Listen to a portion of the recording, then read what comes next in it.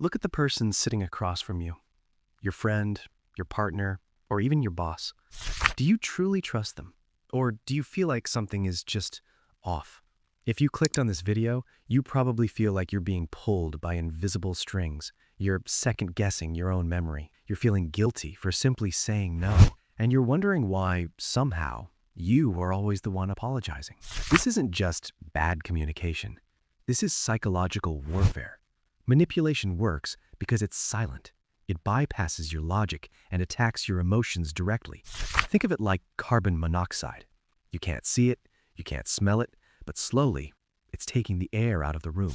The problem is, if you don't know the signs, you can't fight back.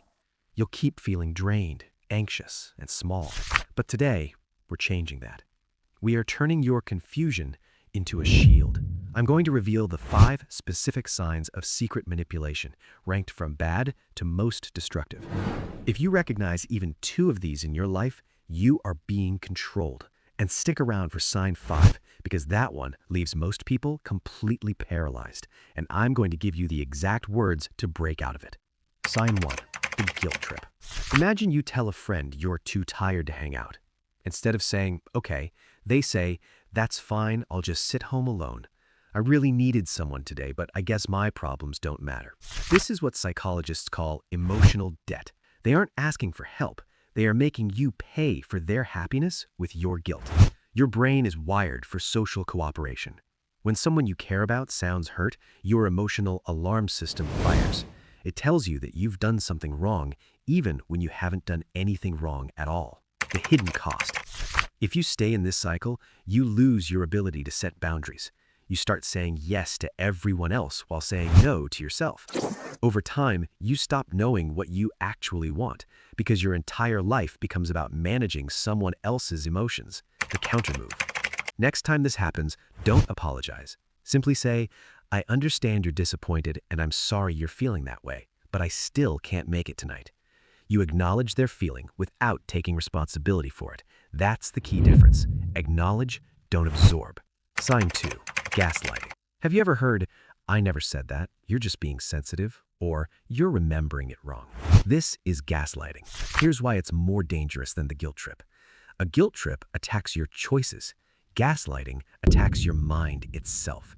It makes you stop trusting your own memory, so you start trusting theirs instead.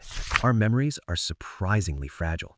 When someone we trust consistently denies our reality, our brain enters a state of internal conflict. To reduce the stress, we start believing the manipulator's version just to keep the peace. And once you stop trusting your own memory, you become completely dependent on them to tell you what's real. The countermove. Stop arguing about the facts. A gaslighter will never admit they lied. Arguing is a trap they set for you. Instead, say, my memory of this is different from yours. I'm not going to debate it, but I know what I experienced, and that's not up for negotiation. Say it calmly, say it once, then stop talking. Sign 3, the invisible cage. You used to have opinions. You used to make decisions, but slowly, so slowly you didn't notice, you started checking with them first. Is this okay? Does this make sense? Am I overreacting? This is manufactured insecurity. The manipulator doesn't need to lock you in a cage. They get you to build the cage yourself, out of self-doubt. They do it through small, consistent signals.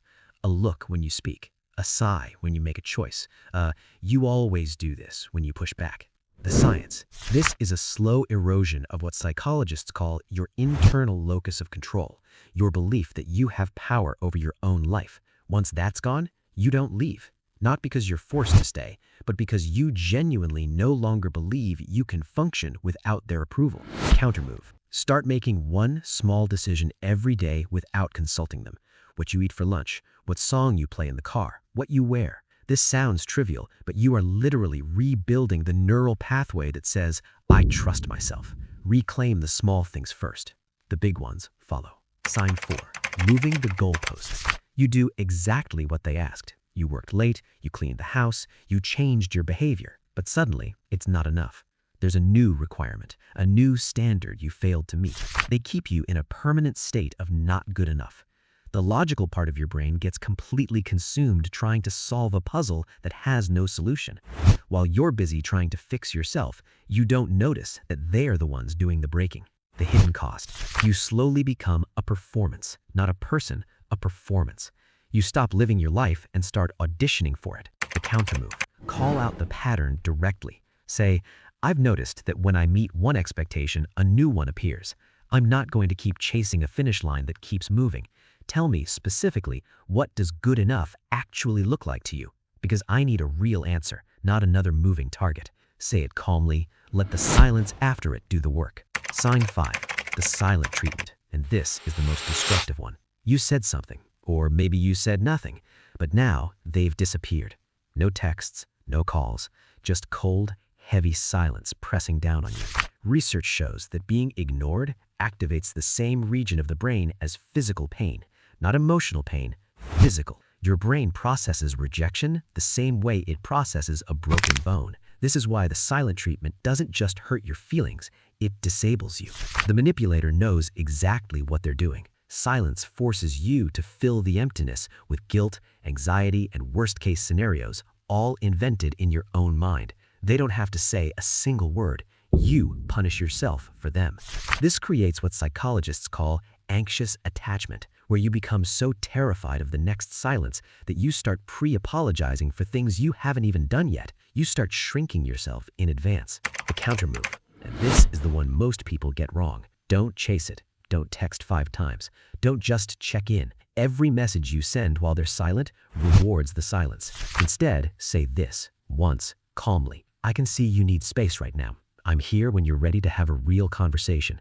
I won't be chasing this silence. Then actually stop. The moment you stop chasing is the moment the power shifts. Now, I want you to do something for me. Think of the one person you've been thinking about this entire video. Close your eyes and ask yourself honestly, if they weren't in your life tomorrow, would you feel loss or would you feel relief? If the answer is relief, you already have your answer. You're not crazy. You're not too sensitive. You're not overreacting. You were just being quietly, consistently, expertly played. But here's what's different now. You have the map, and you have the exact words. A map is only useful if you actually use it. So start with one countermove, just one, this week. Which of these 5 signs did you recognize? Tell me in the comments, not from me, but because naming it out loud is the first real step to breaking it. If this helped you see something clearly today, hit like. It genuinely helps more people find this. Subscribe if you want more of this kind of work. I'll see you in the next one.